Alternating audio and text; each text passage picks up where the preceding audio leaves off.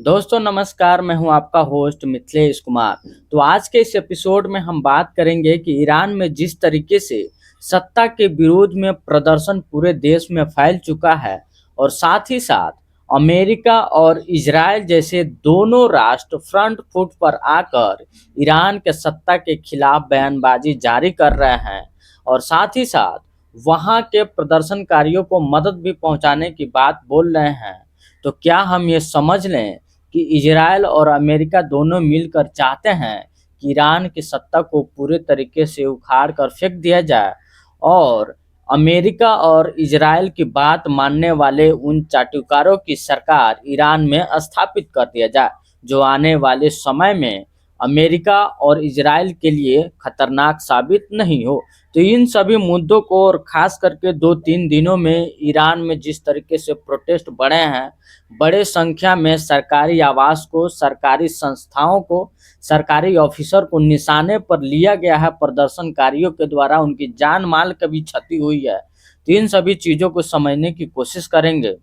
सबसे पहली बात है कि इन सारी मुद्दों को हम बड़े ही आसान भाषा में और 4 बिंदु में हम इसको समझने की कोशिश करेंगे। दोस्तों सबसे पहले आप मेरे स्क्रीन पर देखिए, द टाइम्स ऑफ इंडिया का रिपोर्ट है, USA ready to help, Trump warn Iran amid rising protest, weight possible air strike on Tehran military target से रिपोर्ट। ट्रंप जो है खुली तौर पे ईरान की विरोध कर रहा है, ईरान के सत्ता का विरोध कर रहा है और खुले तौर पे इस बात का धमकी भी दे दिया है कि ईरान के सत्ता के जो मुखिया हैं, खामनेई हैं, अगर वो प्रदर्शनकारियों के ऊपर लाठीचार्ज या फिर किसी प्रकार की प्रशासनिक कार्यवाही करते हैं तो अमेरिका खुल करके ईरान में प्रदर्शनकारियों के सपोर्ट में खड़ा रहेगा। जरूरत पड़ेगा तो तेहरान के ऊपर एयर स्ट्राइक भी करेगा, साथ ही साथ मिलिट्री टारगेट को भी अमेरिका के द्वारा टारगेट किया जाएगा। यानी ईरान के मिलिट्री फैसिलिटी को भी अमेरिका की तरफ से जो है गोलाबारी की जाएगी, उसको तबाह किया जाएगा, क्योंकि ये सारी चीज़ें जो हैं ईरान के सत्ता के हक में आती हैं और सत्ता के लिए काम करती हैं और अमेरिका चाहता है कि ईरान के सत्ता को पूरे तरीके से बर्बाद कर दिया जाए। तो कहीं न कहीं ये दिलचस्प होगा कि खामनेई और ट्रंप के इस लड़ाई में साथ ही साथ इजराइल के जो नेतन्याहू हैं वो भी खुल करके ईरान के विरोध में है। आज से 5 से 6 मंथ पहले ही ईरान के ऊपर अमेरिका भारी मात्रा में B-2 बॉम्बर से उसके न्यूक्लियर फैसिलिटी पर अटैक किया था रायसीना हिल्स के आसपास में। तो काफ़ी ज़्यादा माहौल गर्मा गया था। ईरान ने भी जो है इजराइल के ऊपर बम डाले थे, मिसाइल वगैरह भी दागे थे। माहौल काफ़ी तनावपूर्ण हो गया था, लेकिन ये माहौल शांत हुआ था। लेकिन फिर से अमेरिका जो है अपने इंटेलिजेंस को खबर में लाते हुए, उनका उपयोग करते हुए ईरान में बड़े ही स्तर पर प्रदर्शनकारियों को खड़ा कर दिया है इन सत्ता के विरोध में। तो दोस्तों अब हम ये समझ लेते हैं पहला पॉइंट कि क्या प्रदर्शन का कारण क्या है। ये बहुत ज़्यादा जरूरी होता है। आर्थिक संकट, ईरानी मुद्रा रियाल में भारी गिरावट आई है। डॉलर के मुकाबले रियाल अब तक के सबसे निचले स्तर पर है, जिससे लोगों की बचत जो है, आर्थिक पैसा जो है खत्म हो चुकी है। महंगाई भी ईरान में काफ़ी ज़्यादा हद तक 60 से 80% तक बढ़ चुकी है। ऊर्जा और पानी की तो कमी है ही। ईरान में इस समय भीषण जल संकट और बिजली की कटौती से जूझ रहा है, जिससे आम जीवन अस्त व्यस्त है और विदेशी प्रतिबंध भी काफ़ी ज़्यादा अमेरिका की तरफ से ईरान के ऊपर लगाया गया है, जिसमें परमाणु कार्यक्रम को लेकर लगे अंतर्राष्ट्रीय प्रतिबंधों ने देश की अर्थव्यवस्था की कमर पूरे तरीके से तोड़ चुकी है। अब दूसरा नंबर पॉइंट ये है दोस्तों, ईरान में प्रदर्शन होने के कारण इससे किसको नुकसान होगा, क्या सत्ता को नुकसान होगा या फिर ईरान का, ये भी समझ लेते हैं। आम जनता, अब तक के प्रदर्शन में 200 से अधिक लोगों के मारे जाने की खबर है। इंटरनेशनल ब्लैकआउट के कारण लोगों के बाहरी दुनिया से संपर्क पूरे तरीके से टूट चुका है, क्योंकि ईरान में अभी जो है सरकार इंटरनेट पूरे तरीके से ब्लॉक कर चुकी है। ईरानी सरकार का इसमें जो है सरकार की साख अंतर्राष्ट्रीय स्तर पर गिर रही है। शासन को अपनी सत्ता बचाए रखने के लिए बल का प्रयोग करना पड़ रहा है, जिससे उसकी नैतिक हार हो रही है।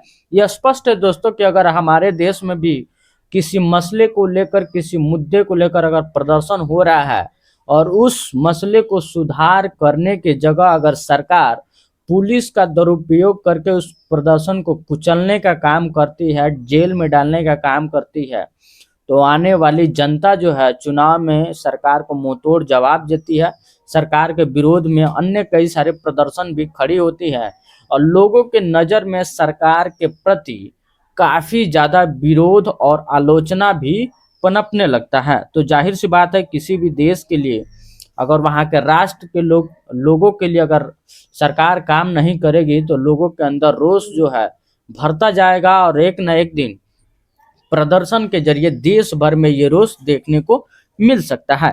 तीसरा नंबर पॉइंट है दोस्तों, क्या सरकार बचेगी इस प्रदर्शन से या फिर सत्ता से बाहर हो जाएगी ईरान के सरकार? इस पर भी हम जान लेते हैं। विशेषज्ञों के अनुसार स्थिति काफ़ी ज़्यादा ईरान में जटिल है, क्योंकि ईरान में जो है लोकतांत्रिक प्रक्रिया से वहाँ के मुखिया को नहीं चुना जाता है, राष्ट्र के मुखिया को। तो इसमें हम नज़र डाल लेते हैं। सरकार के पक्ष में ईरान के पास एक बहुत मजबूत सुरक्षा तंत्र IRGC है, जो फिलहाल शासन के प्रति वफादार है। जब तक सेना और सुरक्षा बल साथ हैं तो सत्ता का पलटना काफ़ी ज़्यादा मुश्किल है।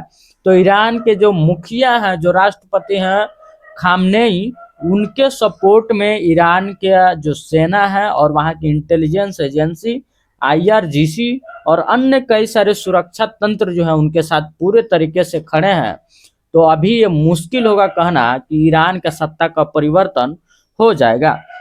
हालांकि विशेषज्ञों का मानना है कि इस बार विरोध पहले के महिला जीवन स्वतंत्रता 2022 से आंदोलन से काफ़ी ज़्यादा बड़ा है, क्योंकि इसमें व्यापारी, छात्र, मजदूर हर वर्ग शामिल हैं। हालांकि शासन की तुरंत गिरना सुनिश्चित नहीं है, लेकिन ये प्रदर्शन ईरान में जो है काफ़ी ज़्यादा बड़ा रूप ले लिए। क्यों ले लिए है? क्योंकि इसमें व्यापारी, छात्र, मजदूर वर्ग और अन्य कई सारे मिडिल क्लास के लोग भी ईरान के इस प्रदर्शन में शामिल हैं।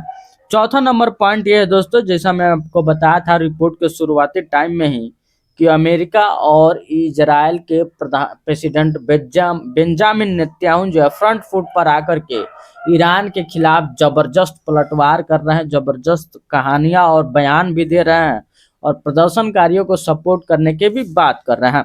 डोनाल्ड ट्रंप ने क्या कहा है इस मुद्दे पर, ये भी देख लेते हैं।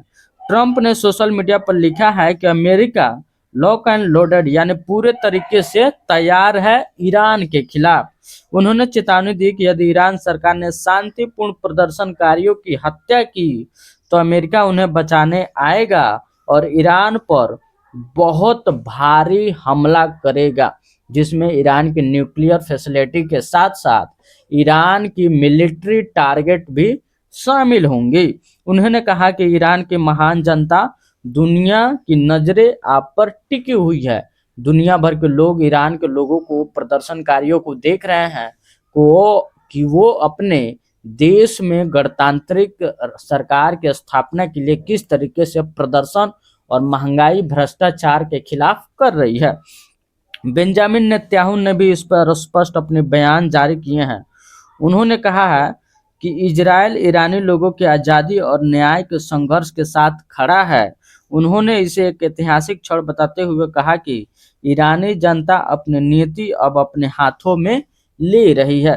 ईरानी जनता नियति मतलब ईरानी जनता ये चाहती है कि ईरान की ये जो सत्ता पिछले कई 2-3 दशकों से बनी हुई है, एकाधिकार की तरह उसको अब गिराने का फैसला आ गया है, क्योंकि ईरान की जो विकास दरें हैं वो काफ़ी ज़्यादा ढह चुकी है। वाणिज्यिक और डिप्लोमेटिक रिश्ते पूरे तरीके से खराब हो चुकी है। ईरान की न्यूक्लियर फैसिलिटी पूरे तरीके से बर्बाद हो चुकी है।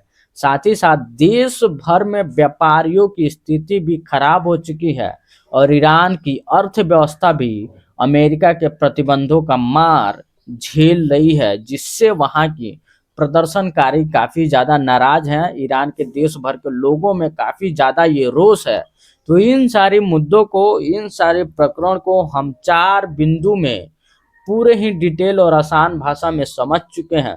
साथ ही साथ मैं आपसे गुजारिश करूंगा कि ऐसे ही जियो पॉलिटिक्स लेटेस्ट खबर से अगर आप अपडेटेड रहना चाहते हैं और आपका इंटरेस्ट है कि जियो पॉलिटिक्स न्यूज़ को हम लोग समझें, ताकि आने वाले समय में किसी देश में कैसा क्या रणनीति होगा और उसका भविष्य कैसा होगा, तो प्लीज़ आप हमारे चैनल को सब्सक्राइब कीजिएगा, क्योंकि ऐसे ही रिपोर्ट हम लेकर आते हैं। और वीडियो को भी लाइक शेयर जरूर कीजिएगा। जय हिंद।